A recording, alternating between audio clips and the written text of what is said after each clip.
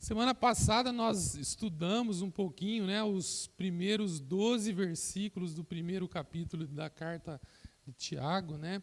E Tiago, nós vimos semana passada que Tiago é uma carta muito... Não que ela não tenha doutrina, ela tem doutrina também, mas muito pouco. Ela parte do pressuposto da igreja já, né, que as pessoas são crentes, então ele fala agora... Você é crente, como você deve viver? Ele vai direto, ele vai muito enfático na prática. Como você deve viver, já que você é um filho de Deus, você foi salvo, você foi resgatado do pecado. E o desejo de Tiago é que a fé seja viva, operante, não seja apenas um cristão professo de falar eu sou crente, eu confio em Deus, mas ele fala, não, você tem que viver aquilo que você acredita. Você tem que ter uma fé viva, operante. Tá? E ele mostra o caminho. Nós vimos semana passada que ele mostra o caminho. No verso 2, né, do primeiro capítulo, ele fala, verso 2 e 3, ele fala da provação. Ele fala que é motivo de alegria nós passarmos por provações. Porque ao passarmos por provações, nós podemos entender que a nossa fé, ela é viva, ela é verdadeira, é algo real que está acontecendo conosco. E ele quer que nós perseveramos. Olha só o final do verso 3 e 4, olha. Sabendo que a provação da vossa fé, uma vez confirmada, produz perseverança, ou seja, eu não fujo dos problemas, eu não fujo das dificuldades, mas eu busco em Deus a solução das minhas lutas, das minhas dificuldades. É pela fé que eu cresço. Né? Ele deseja isso. Então, na sequência, ele fala que nós devemos buscar sabedoria em Deus. É nele que nós buscamos as respostas para as nossas lutas, as nossas dificuldades, as decisões que nós precisamos tomar diariamente, é nele. Né? E depois ele dá um exemplo lá do rico, do pobre, que é um assunto também que é muito tratado aqui na carta. Mas no verso 12, ele fala, bem-aventurado o homem que suporta com perseverança a provação. Porque depois de ter sido aprovado, ou seja, você confiou em Deus, você não tentou resolver os problemas do teu jeito, você confiou em Deus, você perseverou, você não fugiu, então você foi aprovado, você passou por aquela aprovação. O que você receberá? Você receberá a coroa da vida, a qual o Senhor prometeu aos que o amam. Você confiou em Deus, você não fugiu, você não tentou resolver o problema do teu jeito. Você venceu aquela dificuldade, você foi aprovado, e ele fala que você vai receber um prêmio, que é a coroa da vida. Agora vamos para o versículo 13, que é agora o início na continuação, né? Então, Tiago 1,13. Ninguém ao ser tentado diga, sou tentado por Deus, porque Deus não pode ser tentado pelo mal, e ele mesmo a ninguém tenta. Ao contrário, cada um é tentado pela sua própria cobiça, quando esta o atrai e seduz. E aqui é interessante, ele fala primeiro, né, provação e tentação. Existe uma diferença. A provação, Deus nos traz provações, Deus nos coloca em situações, por quê? Porque Ele deseja, como nós já vimos, o nosso amadurecimento, o nosso crescimento na fé. Então, Ele fala lá no versículo 4, né? Para que sejais perfeitos, íntegros e em nada deficientes. Ele deseja que nós cresçamos. Ele não quer que nós sejamos mais, como nós vimos lá em Efésios, né? Como meninos. Nós temos que crescer, não podemos ser imaturos na fé, nós precisamos crescer. Mas a tentação é o contrário. Ele fala, não diga que você é tentado por Deus, porque Deus não pode ser tentado pelo mal. Né? E se ele não pode ser tentado pelo mal, ele a ninguém tenta. quem é o tentador? Até Satanás é chamado, né, o tentador. Lá na tentação de Jesus Cristo, né, o diabo tentou de todas as formas fazer o quê? Ele tentou Jesus para tentar o quê? Derrubá-lo, para tentar que Jesus caísse no erro, né? Mas ele foi vitorioso. Jesus foi vitorioso, Satanás fracassou. Então a tentação tem a intenção de quê? De nos fazer cair, de nos fazer desviar do caminho certo, de nos desviar de Deus. E ele fala que nós também, o nosso próprio desejo, olha só verso 13, no final, porque Deus não pode, não, desculpa, verso 14, ao contrário, cada um é tentado pela sua própria cobiça, quando esta o atrai e seduz. Então, o nosso próximo, a nossa própria natureza pecaminosa, o nosso coração, nós desejamos coisas erradas e nós somos atraídos, e isso nos leva ao pecado. Olha só como ele diz, verso 15.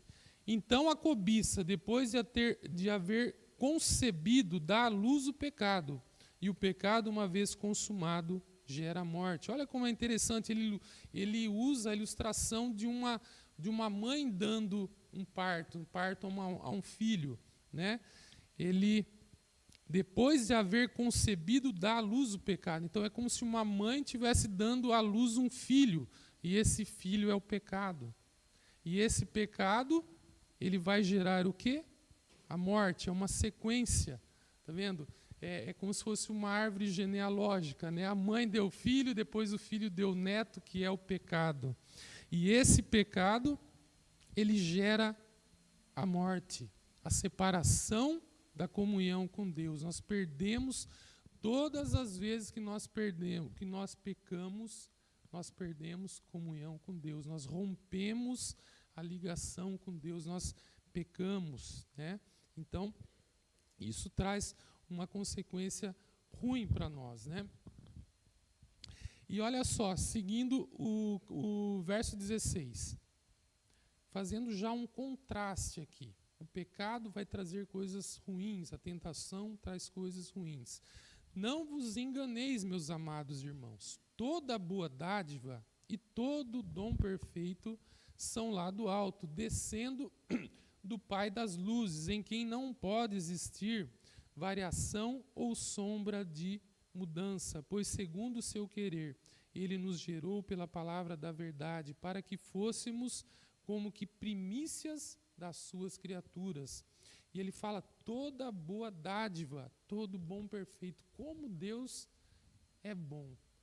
Como se dá para nós ficarmos aqui pensando em situações infinitas da bondade de Deus, como Deus é bom. Hoje na classe nós falamos, né, que tem os deuses pagãos, né, eles você nunca pode confiar nos deuses. Eu contei de um filme, alguma coisa que eu assisti, que eu não lembro o nome do deus lá da época, um era Rúmia e o outro era um outro, e eles faziam sacrifícios, faziam oferendas para esses deuses, mas eles nunca sabiam qual seria a resposta do Deus. Eles nunca podiam confiar na palavra desse Deus, se o Deus seria favorável a eles, se Deus cumpriria aquilo que eles tinham pedido àquele Deus, né? Então esses deuses pagãos têm essa ideia de você nunca poder confiar, mas o nosso Deus, aqui a palavra fala que todo dom, toda boa dádiva vem de Deus. Nós podemos olhar a natureza, quantas coisas perfeitas que trazem alegria para os nossos olhos, né? A vida, a gente vê coisas belas e nos alegra, nos trazem conforto, né? Ontem eu estava caminhando no mato mesmo, várias plantinhas pequenininhas, assim, uma florzinha minúscula, mas lotado o mato lá de florzinha amarelinha, como era lindo. Eu falei, nossa, uma florzinha pequenininha, e de repente você olha para o céu, aquela coisa maravilhosa, grandiosa, e Deus é perfeito em todos os detalhes, tanto nas grandes como nas pequenas. Como é bom ver alguém tocando uma música, cantando, é uma dádiva, é algo que nos alegra o coração. Então nós podemos ver que isso são dádivas, são coisas boas que Deus nos dá para nos alegrar, para nos trazer consolo, para nos trazer ânimo. Só de ver coisas belas nos traz alegria. Então Deus é generoso e Ele fala que tudo isso vem dele. Nós poderíamos passar aqui o dia falando das maravilhas de Deus, né?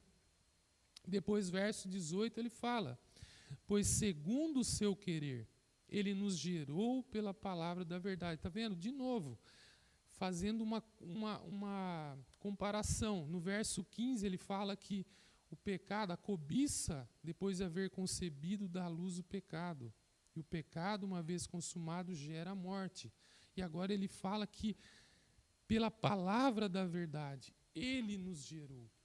Fazendo de novo, pela palavra da verdade, nós somos o quê? Como que primícias das suas criaturas, novas criaturas. Nós somos regenerados pela palavra da verdade. Nós não somos mais o que nós éramos antes. Lá em Efésios nós vimos hoje, né, como nós temos que deixar as coisas anteriores e nos revestir do novo homem, né? Então nós somos novas criaturas. Nós temos que viver de acordo para o qual nós fomos chamados. Vamos lá, verso 19. Hoje nós já falamos um pouquinho sobre isso, né? Quem estava na classe dominical, lógico, né? Sabeis estas coisas, meus amados irmãos. Todo homem, pois, seja pronto para ouvir, tardio para falar, tardio para se irar, porque a ira do homem não produz a justiça de Deus. Aqui nesse versículo 19 de 20, nós podemos ver até que como se fosse um resumo do que ele vai falar no restante da carta. Ele vai falar muito sobre o ouvir, ele vai falar muito sobre o falar no capítulo 3 e no final ele vai falar sobre a justiça de Deus. Como nós temos dificuldade, né? Hoje nós já falamos lá, né? Lá em casa eu sempre levo bronca da minha esposa porque eu não estou pronto para ouvir. Eu sempre já quero atropelar, está falando, eu já interrompo e quero falar. É um defeito claro que eu tenho, né? Tardio para falar, nós temos que aprender a ouvir. Aqui a ênfase não é tanto nesse sentido que eu estou dizendo, é mais no sentido de ouvir a palavra de Deus. Mas vale também, isso vale para nós, porque nós vamos ver a continuação. Olha só, mas quando ele fala ouvir, esse ouvir é no sentido assim, é você acreditar, seguir a palavra de Deus, você entender a palavra de Deus, você acreditar que ela é verdadeira e você agir de acordo com essa palavra. Em palavras simples, é dizer assim, obedeça aquilo que você ouviu, aquilo que você aprendeu. Lá em Deuteronômio 6,4, né, que fala da Shema, né, ouça, ó Israel, o Senhor nosso Deus é o único Deus. Ele fala, obedeça, entenda, creia, né, esse ouvir é esse sentido. E quando ele fala tardio para falar, hoje nós falamos, né, muito lá, né, várias citaram. Vamos lá, capítulo 3. Vamos um pouquinho para frente, que ele fala sobre o problema da língua. Hoje nós falamos bastante na escola dominical sobre o problema da língua. Bastante não, né, um pouco, né? Mas olha só como ele fala da língua, né? Ele vai tratar nesse capítulo 3, verso 2, por exemplo. Porque todos tropeçamos em muitas coisas. Se alguém não tropeça no falar, é perfeito varão, capaz de refrear também todo o corpo. Olha só, se você consegue controlar a tua boca, quer dizer que você consegue controlar também o teu corpo. Olha só como é importante isso, né? Verso 5, assim também a língua, pequeno órgão, se gaba de grandes coisas. Vede como uma fagulha põe em brasas tão grande selva. A língua é fogo, e é mundo de iniquidade. Vamos lá, vamos pular um pouquinho. Verso 9, olha como é profundo isso. Com ela, bendizemos ao Senhor e Pai, com a nossa língua, né? Mas também com ela, amaldiçoamos os homens feitos à semelhança de Deus. Eu estou aqui orando, agradecendo a Deus, louvando a Deus. Mas eu saio daqui e eu estou lá falando mal do meu irmão. Como isso? Contraditório. Como eu posso falar mal do meu irmão se eu acabei de honrar a Deus, louvando a Deus, cantando, orando, e de repente eu estou lá falando mal do meu irmão? Não faz sentido. É contraditório. Né? De uma só boca procede bênção e maldição. Meus irmãos, não é conveniente que essas coisas sejam assim. Verso 11, foi o que o Paulo falou hoje, né? Acaso pode a fonte jorrar do mesmo lugar o que é doce e o que é amargoso? Como assim? Eu estou aqui cantando, louvando a Deus, e depois eu saio ali fora e estou falando mal do meu irmão. Não tem sentido isso. Não tem como. Se o meu coração está cheio da palavra de Deus, eu não posso falar mal do meu irmão. Porque ele é o quê? Ele é feito à semelhança de Deus. Olha como é uma palavra direta para as nossas vidas. Não tem meio termo. Cuidado com a língua. Freie a língua. Aprenda a falar. Então, voltando lá para o verso 19 do capítulo 1. Pronto para ouvir, tardio para falar, tardio para se irar. Hoje nós também falamos sobre a ira lá, né? Na escola dominical. Mas, irmãos, por que a ira é um sentimento normal de todos nós? É bem falado isso na Bíblia, né? Mas nós erramos quando nós reagimos de forma errada, né? Mas, basicamente, por que nós nos iramos? Vocês já pararam para pensar por que nós nos iramos? Porque as coisas, normalmente, né, não saíram da forma como eu esperava que seriam. Né?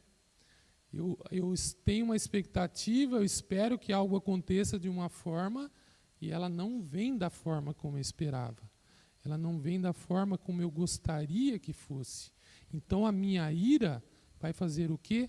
Vai, entre aspas, né, resolver esse problema que saiu do lugar. Então, eu preciso corrigir. E eu quero fazer o quê? Do meu jeito. A minha ira vai resolver esse problema. Né? Mas ele continua o versículo, verso 20. Porque a ira do homem não produz a justiça de Deus. Quando eu me iro e eu quero resolver o problema do meu jeito, né, como ele fala do homem, não vai produzir o quê? A justiça de Deus. É o oposto. É o oposto. Como nós já vimos lá, né, no verso 5 em diante. Peça sabedoria de Deus. É Deus que vai resolver para você. Confie em Deus. Tardio para falar, tardio para se irar. É em Deus que nós buscamos e nós esperamos que Deus resolva o problema. Que Deus traga justiça.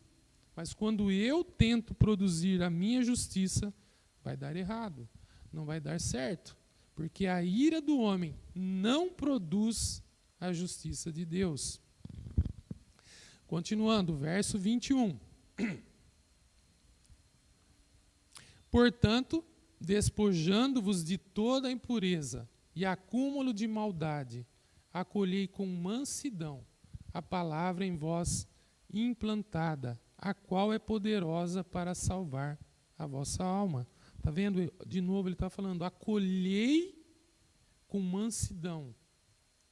A sabedoria que nós pedimos a Deus, que nós não podemos pedir duvidando, né? Mas nós entregamos nas mãos de Deus, aquela palavra que vai ser implantada no meu coração, está arraigada, ela me firma e eu confio nessa palavra de Deus. Eu não tento resolver da minha forma, eu confio em Deus e Ele vai trazer resultado, a qual é poderosa para salvar a vossa alma. E quando ele fala que salvar a vossa alma, ele não está falando de perdição eterna, não está falando nada disso, porque ele está falando com irmãos, com a igreja. É justamente porque quando eu iro e quando eu tento resolver o problema do meu jeito, eu vou cair no pecado. E ele fala, não, você tem que despojar-se da tua impureza, do acúmulo da maldade que está no teu coração e acolher com mansidão a palavra em vós implantada. E essa palavra vai te salvar de pecar, de cometer um pecado, de agir de forma errada. Verso 22, um verso bem conhecido. Tornai-vos, pois, praticantes da palavra, e não somente ouvintes, enganando-vos a vós mesmos. A palavra tem que ser real na minha vida. Eu não posso ser um crente professo.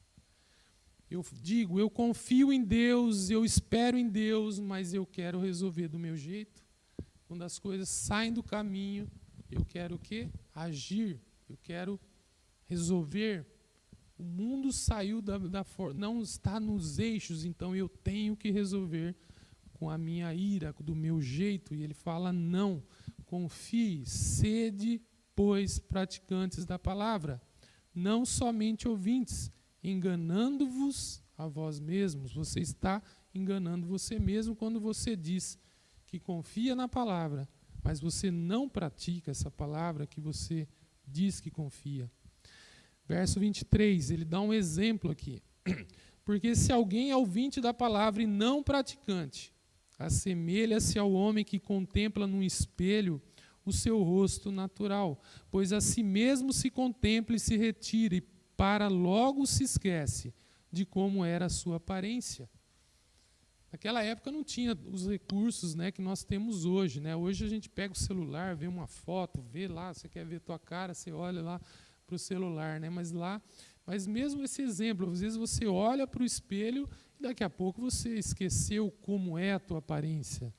É a mesma coisa, você leu a palavra de Deus aqui, ouviu a palavra de Deus e saiu ali fora, você esqueceu e você, né, como nós falamos da língua, aqui eu louvei a Deus, mas eu saio ali na porta e eu estou falando mal do meu irmão.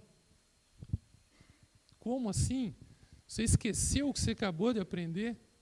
Você tem que viver aquilo que você aprendeu. Você não pode simplesmente dizer que é alguma coisa, mas lá fora você vive de forma contrária a isso. Verso 25. Mas aquele que considera atentamente na lei perfeita, na lei da liberdade, e nela persevera, olha só de novo essa palavra, persevera, né? Não foge do problema, mas busca em Deus a solução para o problema, não sendo ouvinte negligente, mas operoso praticante, esse será bem-aventurado no que realizar. Está vendo? De novo, ele está insistindo naquilo. Você está passando por uma provação, você tem que perseverar. É na sabedoria de Deus, pela fé, que você tem que buscar a solução. Você tem que confiar em Deus e não no teu desejo, na tua inteligência. Você será o quê? Bem-aventurado no que realizar. É o que fala também de novo lá no verso 4, vou repetindo, para que sejais perfeitos e íntegros em nada deficientes. É esse o desejo dele, é que você persevere, mas que você se torne o quê? Perfeito, íntegro, em nada deficiente. Ele quer uma fé viva, operante. Ele não quer que nós sejamos crentes professos, mas vivos. Essa semana eu li uma história para o Pedro, né? Aliás, o Pedro que pediu para eu ler a história, e ele tinha uma ilustração que eu achei bem interessante. Toda ilustração, comparação, nunca é perfeita, sempre tem as suas limitações. Mas eu creio que essa nos ajuda a entender um pouco melhor. Eu creio que aqui todo mundo aqui já deve ter assistido uma partida de futebol na televisão, não assistiu? Mesmo quem não gosta, quando tem a Copa do Mundo, assiste a seleção, né? Já assistiu. Quando você assiste um jogo na televisão, aquilo é real? Sim ou não? É real? Sim, né? É real. Você está vendo lá os jogadores correndo, né? Participando da partida. Não sei quantos aqui já foram num estádio, né? Acho que vários já foram. Quem já foi e assistiu uma partida num estádio, lá no meio da arquibancada, no meio da torcida, para quem está assistindo ali, o jogo se torna muito mais real, não é verdade? Você está participando, a torcida está cantando, xingando, né? Falando mal do juiz e tal. Mas você está ali participando, aquilo se torna muito mais real, aquela partida de futebol, não é verdade? Muito mais real. Mas agora imagina o jogador de futebol. Aquele que está lá no campo, correndo de um lado para o outro, marcando, levando falta, se machucando, mas ele vai lá também e faz o gol. Não é verdade? Ele faz o gol, ele tem a vitória, às vezes tem a derrota, mas ele está lá participando. Para aquele jogador, o jogo é muito mais real do que eu que estou assistindo em casa ou do aquele que está assistindo na arquibancada. Quem está lá no campo é muito real. Nós podemos comparar aqui. Nós podemos ser meros telespectadores, vendo de longe a vida cristã. Eu estou lendo, às vezes, a Bíblia em casa, às vezes eu faço uma oração. É real, é real. Eu estou lendo a Bíblia, eu estou orando, claro, é real. Mas quando eu estou aqui na igreja, participando, cantando, ouvindo a palavra, eu tenho comunhão com os meus irmãos, eu posso conversar, eu posso contar das minhas lutas, eu posso ajudar alguém. Isso se torna muito mais real. É como se nós estivéssemos lá na arquibancada. Mas quando eu entro em campo, Tiago quer que nós entremos em campo. Ele quer que eu entre em campo, que eu viva a minha fé, aquilo que eu falo que eu sou, no dia a dia, com a minha esposa, com os meus filhos, no meu trabalho, na minha escola. Quando vêm as lutas, né, muitas vezes nós sofremos dores, nós sofremos faltas, né, um jogador sofre falta, vêm as dores, mas eu posso marcar meu gol, meu time vai sair vitorioso, né? É isso que ele deseja. Ele quer uma fé viva. Ele quer que eu saia de mero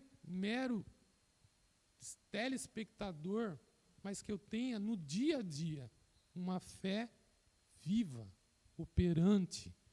Eu não posso simplesmente falar eu gosto de futebol, mas eu gosto, eu vivo.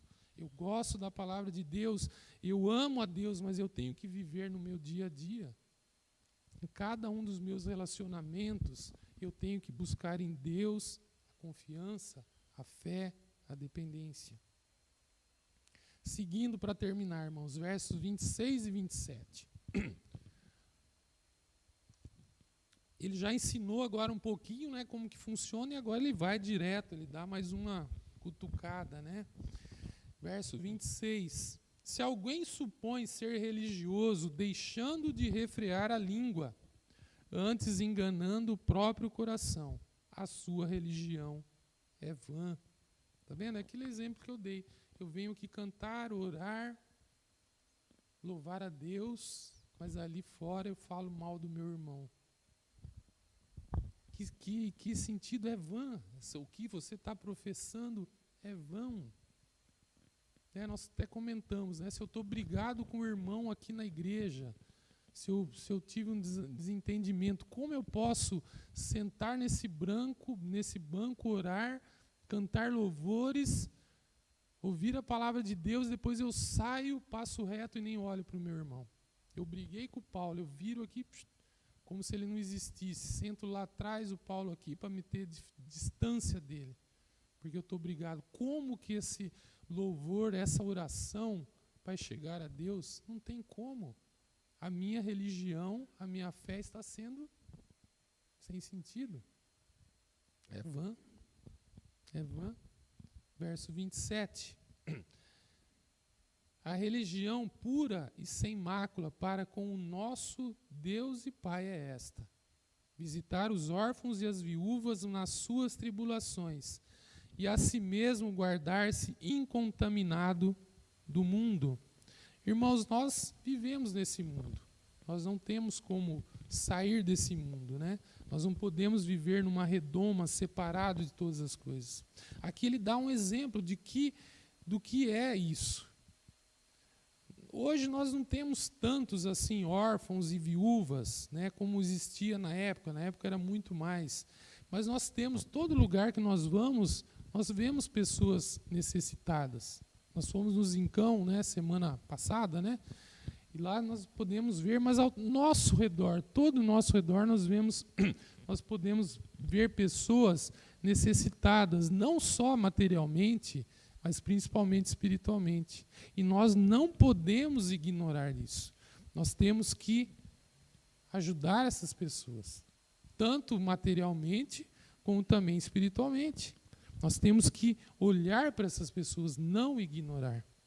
E no segundo ponto ele fala, você tem que fazer algo, mas no final ele termina, e a si mesmo guardar-se incontaminado do mundo. Eu tenho que viver no mundo, mas eu não posso me contaminar com as coisas do mundo.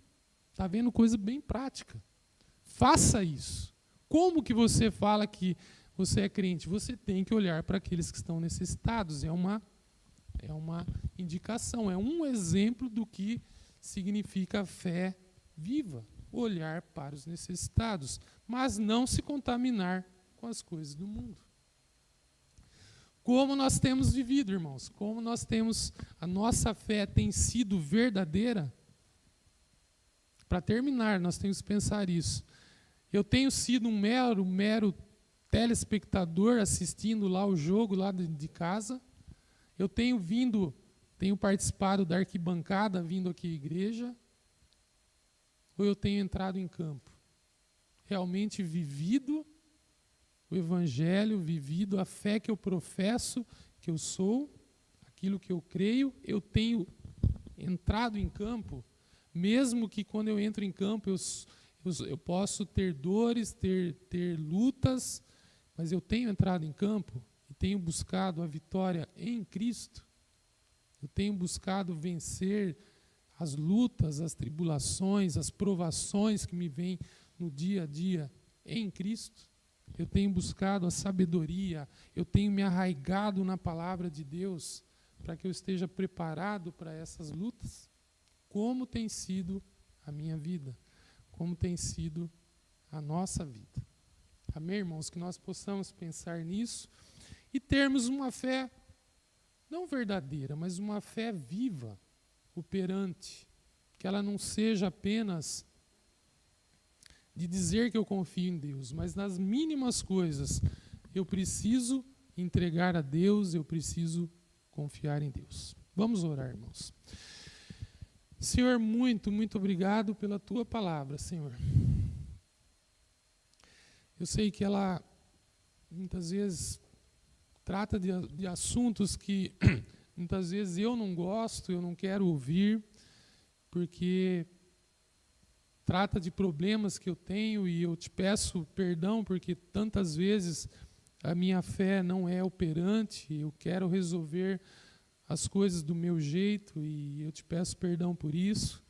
Te peço, Senhor, que cada dia mais eu e cada um dos meus irmãos aqui, Senhor, possa se voltar para a Tua palavra, mas obedecê-la, viver conforme nós temos aprendido, Senhor. Nós somos novas criaturas, nós somos Teus filhos e nós precisamos viver verdadeiramente a tua fé, aquilo que o Senhor tem nos ensinado. Ajuda-nos, Senhor, nas nossas fraquezas e que a Tua igreja possa crescer cada dia mais nos Teus caminhos. Obrigado, Senhor, pelos privilégios, pelas bênçãos que o Senhor derrama na vida de cada um de nós.